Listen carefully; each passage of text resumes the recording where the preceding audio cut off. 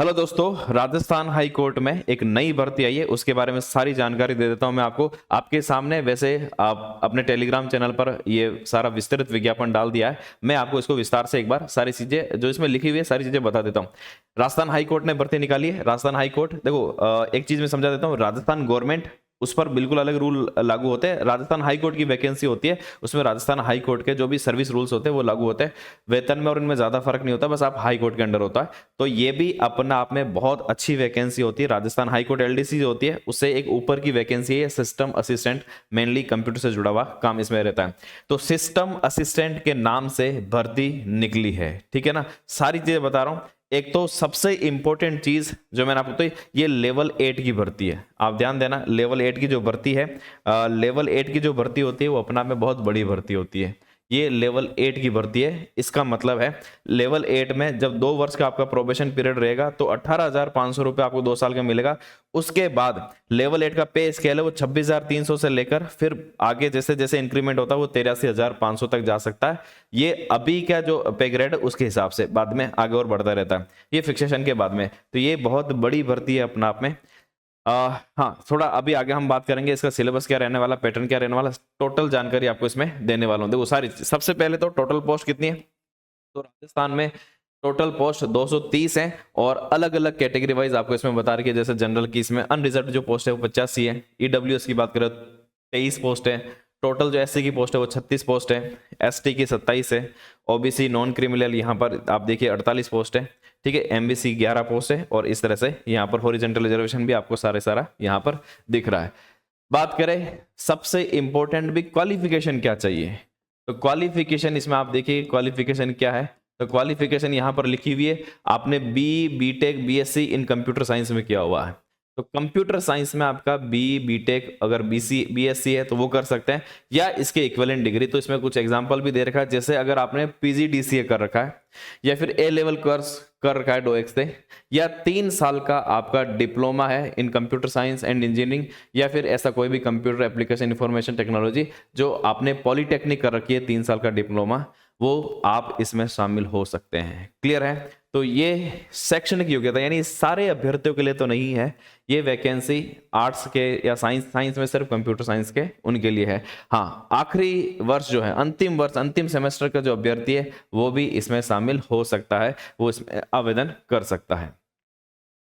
इसके बाद एज कितनी चाहिए, तो देखो इसमें एज की बात करें तो एज यहां पर चाहिए मिनिमम 18 साल का होना चाहिए, मैक्सिमम 40 साल की एज है। उसमें 5 साल का रिलैक्सेशन मिल सकता है, जो एससी एसटी और ओबीसी बैकवर्ड क्लास में आता है उन सब के लिए, या फिर ईडब्ल्यूएस में आता है 5 साल का रिलैक्सेशन है। वीडियो के लिए कोई एज लिमिट नहीं है। और यहाँ पर अगर एक्स सर्विस मैन है तो आप यहाँ पर उनके लिए देखिए 50 साल की एज तक वो भर सकते हैं, ये इसमें लिखा हुआ है। इसके अलावा परीक्षा शुल्क कितना है ये भी नॉर्मल बात है। अन्य राज्य के तो 750 रुपए यहाँ पर, राजस्थान राज्य के 600 रुपए है, और एससी एसटी कैंडिडेट राजस्थान के तो 450 रुपए यहाँ पर फीस होगी। अब सबसे इंपॉर्टेंट जो चीज है इसमें वो यहाँ पर ये देखने की परीक्षा की स्कीम और पाठ्यक्रम क्या है। तो अगर हम परीक्षा की स्कीम सिलेबस है और इसके बारे में बात करें तो इसमें देखो यहाँ पर अलग अलग है, 3 सेक्शन में बांट रखा है। सेक्शन ए में रिटन टेस्ट है, दूसरे में यहाँ पर कंप्यूटर का टाइपिंग टेस्ट है, और तीसरे में इंटरव्यू है। तो सबसे पहले सेक्शन ए में बात करते हैं रिटन टेस्ट में। तो रिटन टेस्ट में 2 पेपर यहाँ 2 पार्ट में बांट रखा है, एक ही पेपर होगा 2 पार्ट में। कंप्यूटर नॉलेज वो 80 नंबर का होगा, पार्ट भी है उसमें 2 है, जनरल नॉलेज और इंग्लिश, वो सिर्फ 20 मार्क्स का है, जिसमें जो एससी एसटी और पीएच कैंडिडेट उनको मिनिमम 40 नंबर लाना जरूरी है, और अदर कैंडिडेट के लिए मिनिमम 45 नंबर, नहीं तो पास भी नहीं हो जाएगा। यहाँ पर 2 घंटे का टाइम है, और इसमें बड़ी बात जो लिख रखी है कि इसमें कोई भी नेगेटिव मार्किंग नहीं है। नेगेटिव मार्किंग इसी के लिए 1 नंबर का 1 सवाल यानी 100 नंबर का यहाँ पर पेपर हो जाएगा। इसके बाद ये सारा सिलेबस रख रखा, ये अपने टेलीग्राम चैनल पर डाल दिए, क्वालिटी एजुकेशन आरएस जो अपना टेलीग्राम चैनल है वहां देख लेना। कंप्यूटर, इसमें जो कंप्यूटर देखने पर पता चल रहा है कि जो बेसिक कंप्यूटर है वो नहीं है, बेसिक कंप्यूटर नॉलेज से थोड़ी सी एडवांस नॉलेज का भी कंप्यूटर नॉलेज आपको आना चाहिए। तो वो वही कर सकते हैं जिनके पास पीजीडीसी है या फिर बीटेक बी है, वो उनके लिए ये उस हिसाब से यहाँ पर थोड़ा एडवांस लेवल का कंप्यूटर भी दे रखा है। इसके बाद अगर हम बात करें जनरल नॉलेज और इंग्लिश, इसका मतलब ये है कि इसमें जो मेनली मेरिट बनेगी वो कंप्यूटर को लेकर बनेगी, क्योंकि 80 नंबर का पोर्शन ये है। जनरल नॉलेज और इंग्लिश दोनों मिलाकर सिर्फ 20 नंबर का है। अगर हम इसको माने तो ये अगर थोड़ा सा ये मान सकते हैं, इसमें बता नहीं रखा बाइफर्केशन, लेकिन हम मान सकते हैं 10 नंबर का ये होगा और 10 नंबर का इंग्लिश हो सकता है। तो जनरल नॉलेज में बस इतना लिख रखा है, करंट अफेयर ज्योग्राफी और नेचुरल रिसोर्सेज, हिस्ट्री और कल्चर ऑफ राजस्थान। इंग्लिश की बात करें तो इंग्लिश का सिलेबस आपके सामने ये दे रखा है। इसके अलावा और बात करें तो सेक्शन बी टाइपिंग टेस्ट आएगा। तो टाइपिंग टेस्ट में कितने गुना को पास करेंगे, जितनी पोस्ट है जो अभी आपने बताई उसका 5 गुना टाइपिंग में लेंगे।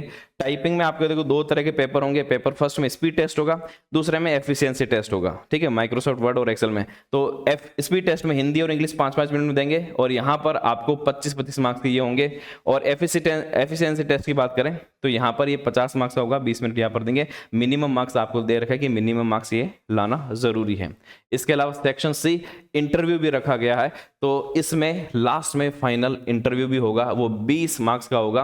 वो होगा टोटल वैकेंसी के जैसे 5 गुना हुआ बुलाया, उसके बाद वहां से भी छटनी करेंगे।